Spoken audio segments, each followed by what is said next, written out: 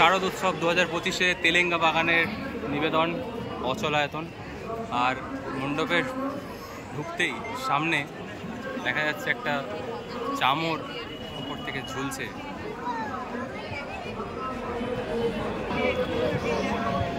ছোট থেকেই আমরা অনেক কুসংস্কারকে বিশ্বাস করি, কেন মানা হয় সেটা হয়তো আমরা জানি না।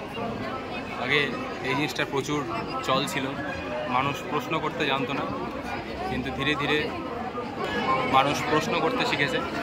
আর সামনেই দেখা যাচ্ছে একটা ভাঙা আয়না। তো ভাঙা আয়না নিয়ে অনেক কুসংস্কার আছে যে ভাঙা আয়না রাখতে নেই বা মুখ দেখতে নেই। তো সেটার একটা প্রেজেন্টেশন এখানে। একটা গাড়ি, তার মধ্যে একটা কালো বিড়াল। তো এই যে গাড়িটা হয়তো অ্যাক্সিডেন্ট হয়েছে, এখানে কশন টেপ দেওয়া রয়েছে, তো কারণ হয়তো কালো বিড়ালের জন্য। আরেকটা কুসংস্কার হচ্ছে দরজার সামনে চপ্পল খুলে রাখা, এটা অনেকে অশুভ বলে মনে করে।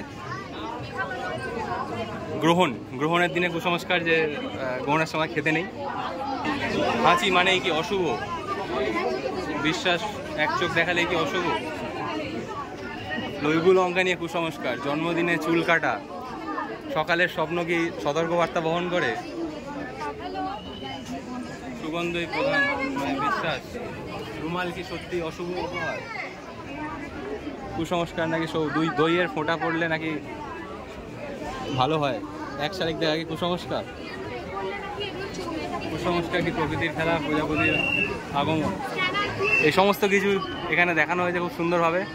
তো এই সমস্ত প্রশ্ন যারা যারা মানো বা বিশ্বাস করো তাদের জন্যে, যে তাদের লাইফের কিছু স্টোরি যদি থাকে তাহলে তোমরা বলো। বাল্য বিবাহ শিবের সাথে,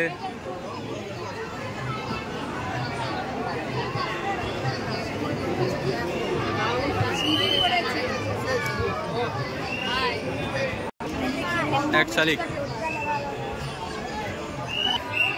সামনে ঝুলছে লেবু আর লঙ্কা, বিশাল সাইজের, মানে এই প্যান্ডেলে কেউ নজর লাগাতেই পারবে না।